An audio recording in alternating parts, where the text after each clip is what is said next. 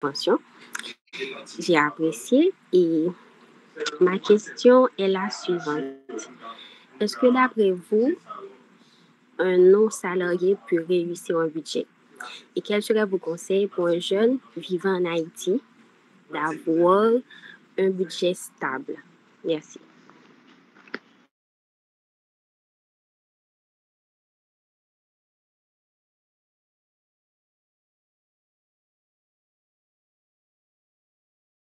Ok, merci pour la question, Toya. D'abord, je ne crois pas qu'on peut définir entièrement qu'un budget sera totalement stable, puisque nous sommes appelés à évoluer. Par exemple, on peut toujours avoir un revenu fixe, par exemple pour ceux qui sont salariés, et voilà que en fonction soit de l'inflation, qui ne dépend pas réellement de nous autres, ou de l'ajustement du prix du transport, et voilà que on est obligé, nous serions obligés d'ajuster réellement ce budget par rapport à ce changement-là. Et c'est valable pour toute autre chose, qu'il s'agisse de, bon, de l'alimentation et toute autre chose. Donc, pour ceux qui sont non salariés, donc d'abord, il faut comprendre, comme je l'ai dit tout à l'heure, je vais reprendre en fonction de certaines suggestions. C'est d'abord comprendre sa situation de dépendance. Il faut vraiment savoir que vraiment on est dépendant. Donc, on n'a pas vraiment à nous fixer des objectifs qui ne sont pas réellement réalisables puisque l'on est dépendant. Donc, on va se dire qu'on va s'accentuer sur le concret. Donc, on va identifier les ressources de revenus possibles, donc c'est-à-dire euh, l'argent qui nous est alloué, par exemple, pour le transport. Très certainement, si tu vas à l'université, tes parents ont certainement ou un proche, la personne dont tu as la charge va te donner le moyen de transport.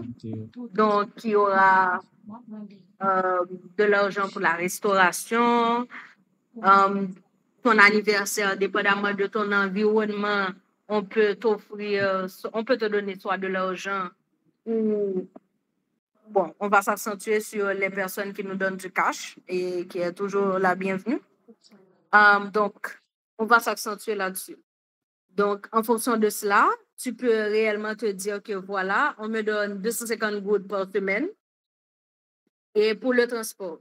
Pour la restauration, c'est temps. Quand tu fais les ajouts, ça te donne temps pour le mois. Donc maintenant, pour pouvoir mieux planifier, je te conseillerais très certainement de voir euh, par rapport aux trajets qui sont les plus obligatoires. Je vais prendre un exemple très simple. J'étais à la NDC, j'avais plusieurs copines à la NDC. J'habitais à l'époque à Carrefour. Donc, j'avais certainement de l'argent tous les jours pour payer le taxi. Mais puisque nous étions souvent en groupe, on s'était dit qu'on ne pouvait pas venir n'importe comment à la NDC le matin. Donc, on prenait le taxi le matin et dans l'après-midi, on repartait en groupe à pied. On faisait le trajet de l'avenue N, passant par la rue Chavannes et Radio-Télévision Caraïbe pour aller jusqu'à Portail. Et c'était très amusant puisqu'on était en groupe. Et cet argent-là, ma mère ne me le réclamait pas, tout comme mes amis, leurs parents ne le réclamaient pas. Donc, ça me faisait un plus à mettre de côté. Donc, en fonction de cela, je pouvais très certainement, même sans en parler chez moi, m'offrir certaines choses. Et bon, lorsque je faisais l'acquisition, soit pour acheter des livres à la Pléiade ou des vêtements, je pourrais me dire que voilà, et c'était destiné à faire telle ou telle chose, et je l'ai utilisé à bon escient. Donc, ça, c'est un exemple quelconque. Mais il y a plusieurs d'autres facteurs qui peuvent entrer en ligne de compte en fonction toi-même de ta réalité. Mais très certainement, comme je viens de te le dire, si tu es non salarié, en fonction des revenus, bon, on ne va pas dire revenus en ce sens, en fonction des cadeaux que tu perçois régulièrement, tu vas pouvoir catégoriser ceux qui sont vraiment réguliers, OK, par exemple pour le transport, et les mettre avec tout autre revenu que tu pourrais très certainement soit t'en passer et les adapter en fonction de tes besoins.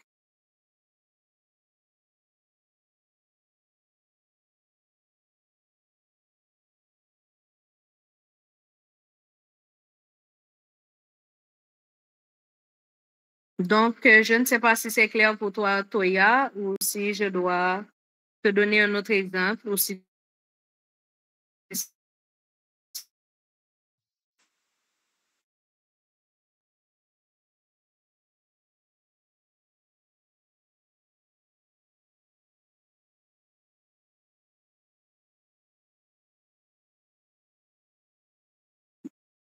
OK. Il y a Jean-Dénard qui a posé une question dans le groupe chat.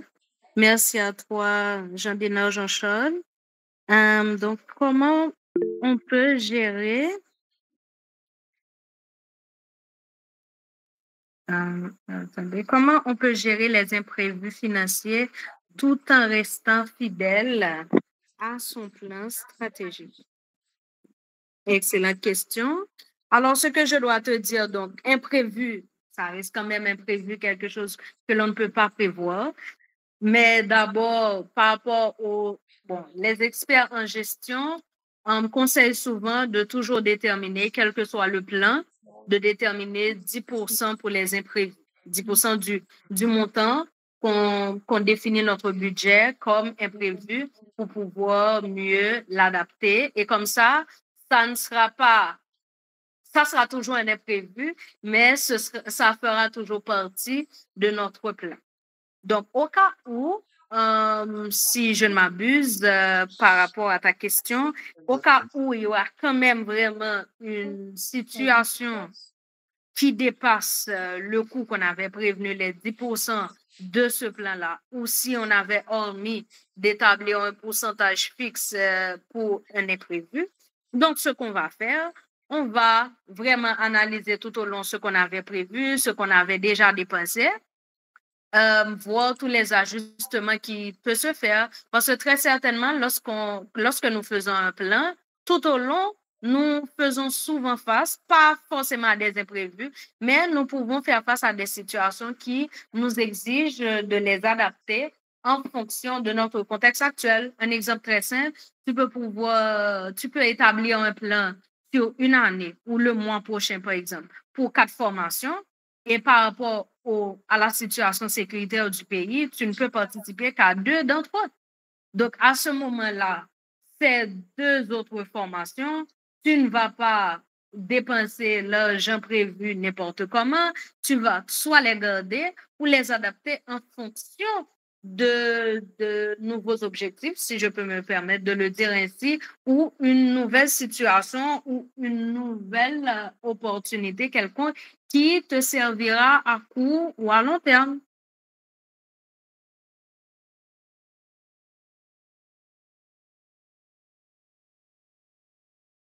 Donc, j'espère que ça va pour toi, Jean-Dénard, ou, ou si tu veux que j'enchéris un peu plus la réponse. Donc, c'est à toi de voir. Donc, il y a Gardira qui a levé la main. Bonsoir à tous. C'était un très bel sujet, vous avez très bien exposé. J'ai vraiment aimé, tout compris, mais par contre, par rapport aux imprévus, il m'est venu à la tête des situations genre des funérailles, une perte d'emploi, choses qui te mettent à la base. Parce que les ça coûte. Donc, comment remonter sur la pente? Genre, les imprévus, les comptes d'épargne, tout s'est passé aux funérailles, à ces dépenses qui sont lourdes. Comment remonter, recommencer à zéro, partir d'un bon pied face à ces genres d'imprévus.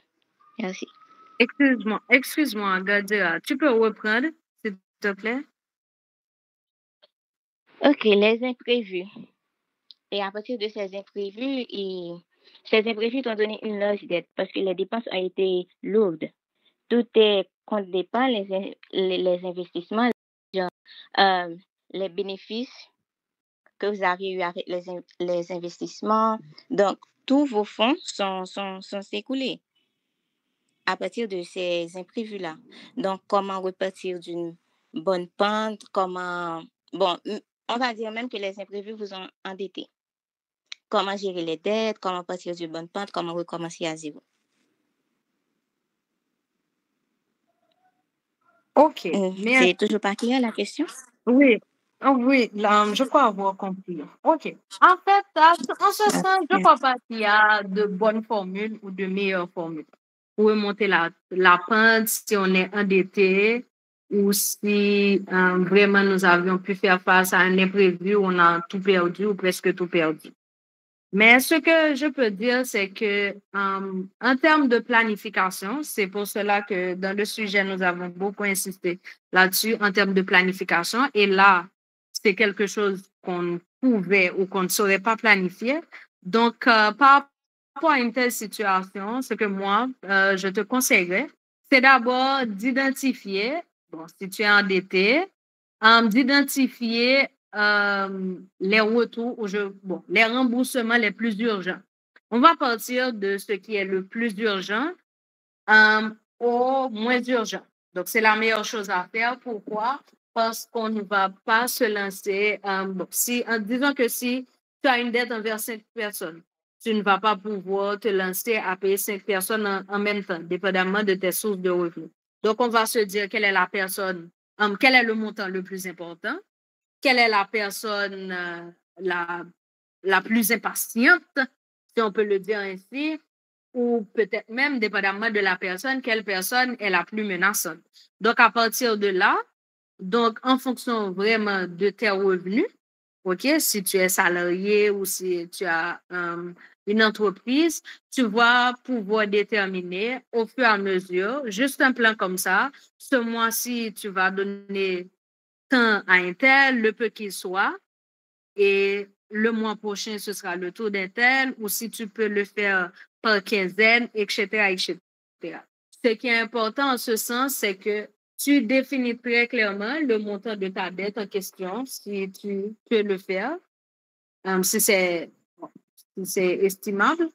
Ensuite, tu vas l'adapter en fonction de ta réalité et de ton contexte. Donc, c'est ce que moi, je te conseillerais.